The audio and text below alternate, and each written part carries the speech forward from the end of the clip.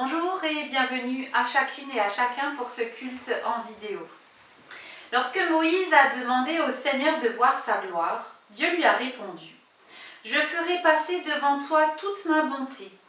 J'accorde ma bienveillance à qui je l'accorde, et je fais miséricorde à qui je fais miséricorde. » Et le Seigneur ajouta « Tu ne peux pas voir ma face et vivre, car l'homme ne peut pas me voir et vivre. Mais voici un lieu près de toi, tu te tiendras sur le rocher, quand ma gloire passera, je te mettrai dans le creux du rocher. De ma main, je t'abriterai tandis que tu passeras. Puis je retirerai ma main et tu me verras de dos, mais tu ne pourras pas voir ma face. » On ne peut pas voir Dieu de face, mais on peut voir les traces qu'il laisse dans nos vies, les marques de son passage, les marques de sa bienveillance. Nous sommes invités ce matin à nous souvenir de ces temps où le Seigneur nous a mis au creux du rocher, où il nous a abrités de sa main, comme une mère couvre son petit. Nous sommes invités à lui rendre gloire pour ces moments passés et aussi à nous attendre à lui pour l'avenir. Le mot d'ordre de ce dimanche nous dit « On viendra alors de l'Est et de l'Ouest, du Nord et du Sud prendre place au festin dans le royaume de Dieu. » Je vous invite à la prière. Seigneur, Maître du temps, fais que je sois toujours prête à te donner le temps que tu m'as donné. Seigneur, Maître du temps, aide-moi à trouver chaque jour le temps de te rencontrer et le temps d'écouter les autres, le temps d'admirer et le temps de respirer, le temps de me taire et le temps de m'arrêter, le temps de sourire et le temps de remercier, le temps de réfléchir et le temps de pardonner, le temps d'aimer et le temps de prier. Seigneur, Maître du temps, je te donne toutes les heures de cette journée et tous les jours de ma vie, jusqu'au moment où mon temps sur terre sera fini. Amen. Aujourd'hui, je nous invite à partager ce texte de l'Évangile selon Matthieu au chapitre 8. Jésus entrait à Capernaum quand un officier romain l'aborda. Il le supplia. « Seigneur, mon serviteur est couché chez moi, il est paralysé, il souffre terriblement. »« Je vais chez toi, lui répondit Jésus, et je le guérirai. »« Seigneur, dit alors l'officier, je ne suis pas qualifié pour te recevoir dans ma maison, mais tu n'as qu'un mot à dire, et mon serviteur sera guéri. Car moi-même, je ne suis qu'un officier subalterne, mais j'ai des soldats sous mes ordres. Et quand je dis à l'un « va », il va, et quand je dis à un autre « viens », il vient. Quand je dis à mon esclave « fais ceci », il le fait. » En entendant cela, Jésus fut rempli d'admiration, et s'adressant à ceux qui le suivaient, il dit « Vraiment, je vous l'assure, chez personne en Israël je n'ai trouvé une telle foi. Je vous le déclare, beaucoup viendront de l'Orient et de l'Occident, et prendront place à table, auprès d'Abraham, d'Isaac et de Jacob dans le royaume des cieux. Mais ceux qui devaient hériter du royaume, ceux-là seront jetés dans les ténèbres du dehors. C'est là qu'il y aura des pleurs et d'amers regrets. » Puis Jésus dit à l'officier, « Rentre chez toi, et qu'il te soit fait selon ce que tu as cru. » Et à l'heure même, son serviteur fut guéri. Vérité est ta parole, Seigneur. Amen. Chers amis, quel beau texte! Il nous raconte la foi d'un homme, un officier, qui vient à Jésus pour demander la guérison de son serviteur. La foi de cet homme, nous en parlons encore aujourd'hui, comme de celle d'autres païens, c'est-à-dire de non-juifs, dans la Bible, nous y reviendrons. Nous en parlons parce que Jésus a cité la foi de cet homme comme étant exemplaire. Qui était-il cet homme? C'est un officier, c'est-à-dire un militaire, un étranger donc de l'armée romaine qui occupait le territoire d'Israël à l'époque de Jésus. C'était donc aussi un païen, c'est-à-dire un non-juif. À l'époque, aux yeux des Juifs, il représentait donc tout ce qui était haïssable. parce qu'il représentait l'occupant romain, l'ennemi donc. Il était soigneusement exclu de toute la société juive. On ne le fréquentait pas, on le soupçonnait d'être un traître, on le regardait de travers. D'ailleurs, en tant qu'étranger, en tant que païen donc, il n'avait pas le droit d'entrer au temple, tout juste dans la cour des étrangers. Le temple, à l'époque, était découpé en plusieurs espaces. Celui des étrangers, celui des femmes, celui des, entre guillemets, vrais juifs. Ça nous fait réagir aujourd'hui, n'est-ce pas? Pourtant, à l'époque, cette classification des gens était considérée comme normale. Les purs et les impurs, les juifs et les païens, les hommes et les femmes, chacun dans sa case et surtout on ne se mélangeait pas. Cet officier qui vient voir Jésus n'entrait dans aucune des bonnes cases pour être bien vu dans la société juive. La seule chose qui aurait pu être encore pire pour lui, ça aurait été d'être une femme.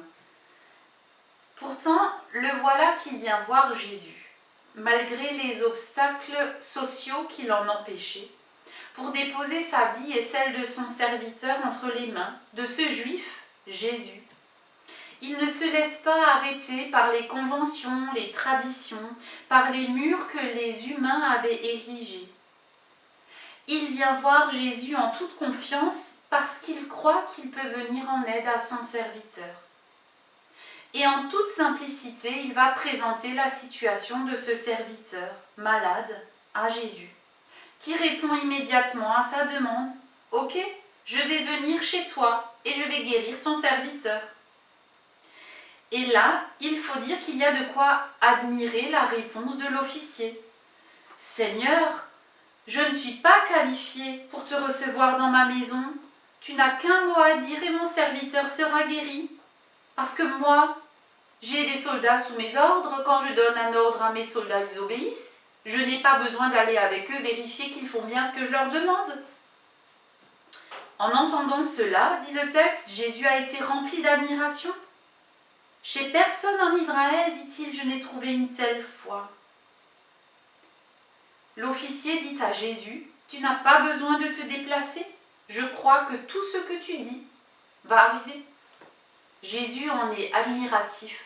On a presque l'impression qu'il se dit « Tiens, enfin quelqu'un a compris qui je suis. » La foi de l'officier, c'est vrai, est devenue un exemple au fil des siècles, un témoignage.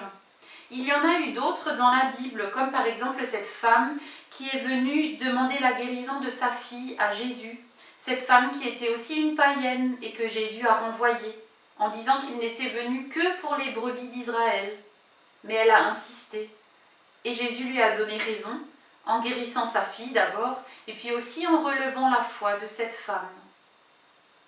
Jésus a donné raison à celles et ceux dans la Bible qui sont venus à lui en toute vérité, malgré les barrières, malgré les murs qui les en empêchaient. Et c'est aussi un rappel en ce temps de l'Épiphanie. Les mages sont venus de pays lointains, ils étaient étrangers, pour annoncer que le grand projet d'amour de Dieu pour l'humanité ne se limiterait pas à Israël, mais qu'un jour il s'étendrait à l'humanité tout entière. Cet officier nous rappelle que Jésus a donné raison à celles et ceux qui venaient à lui en toute vérité, en toute simplicité, pour lui demander de l'aide. Cet officier, c'était un homme qui avait un certain pouvoir dans ses rangs. Il le dit lui-même, il a des hommes sous ses ordres. Il aurait pu faire appeler Jésus auprès de lui, il aurait pu envoyer des serviteurs le chercher. Non, il s'est mouillé, il s'est abaissé, lui, le chef, à se mêler à la foule pour aller lui-même voir Jésus, poussé par la compassion pour son serviteur. Et Jésus a honoré cette simplicité.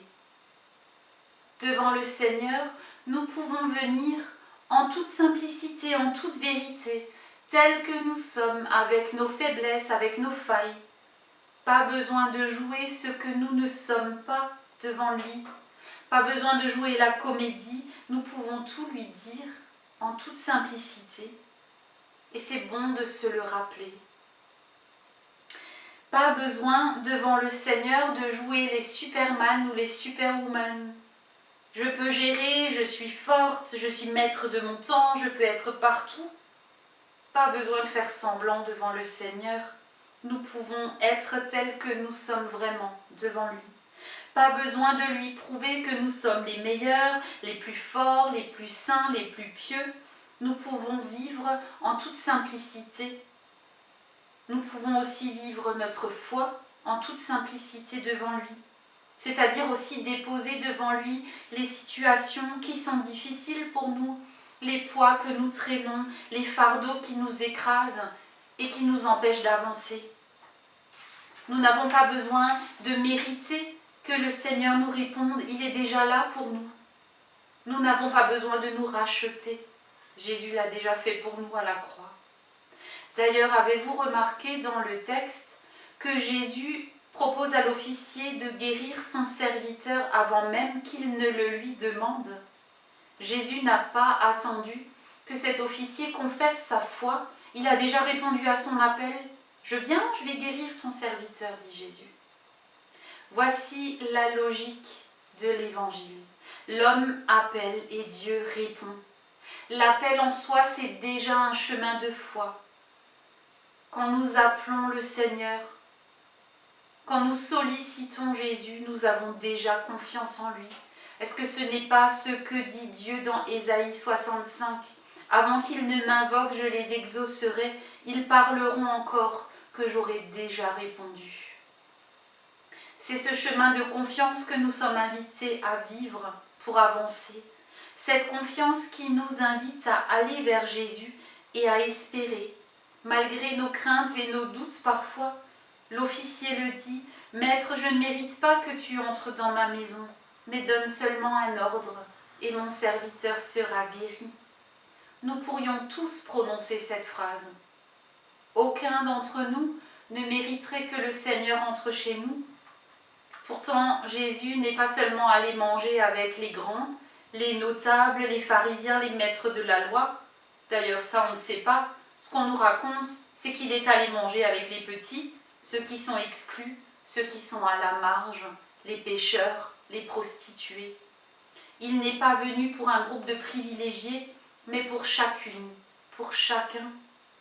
Il n'aime pas certains plus que d'autres, il a un même amour pour tous ses enfants, et il accueille tous ceux qui viennent à lui. Cet amour de Dieu pour l'homme, c'est le même. Pour chacun, pour chacune, il n'y a pas de plus, il n'y a pas de moins.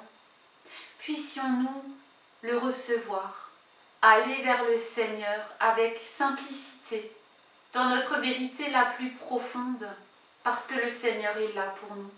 Il nous entend, il nous reçoit.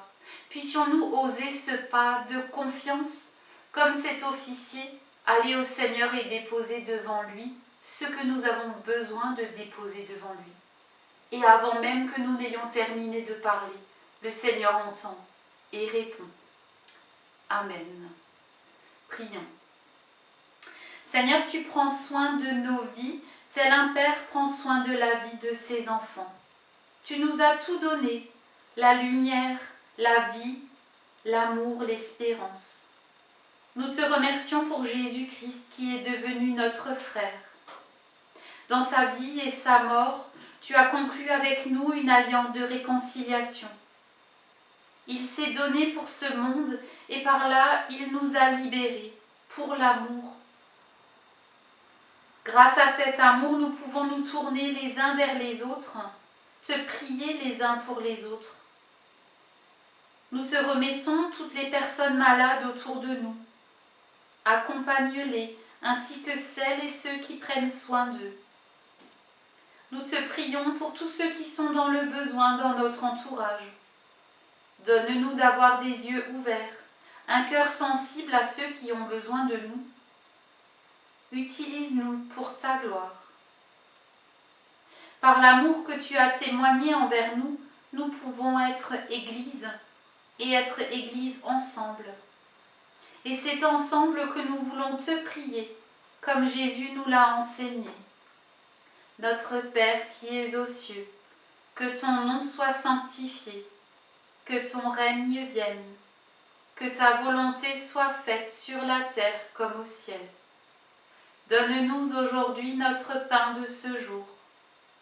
Pardonne-nous nos offenses, comme nous pardonnons aussi à ceux qui nous ont offensés. Et ne nous laisse pas entrer en tentation, mais délivre-nous du mal, car c'est à toi qu'appartiennent le règne, la puissance et la gloire, au siècle des siècles. Amen. Que le Seigneur vous bénisse et vous garde, qu'il vous fortifie et vous protège quand vous serez fatigués, qu'il éclaire votre horizon quand tout semblera fermé, qu'il vous donne sa joie quand tout semblera triste, qu'il vous donne son espérance quand tout semblera désespéré, qu'il vous donne sa paix quand tout semblera agité. Amen.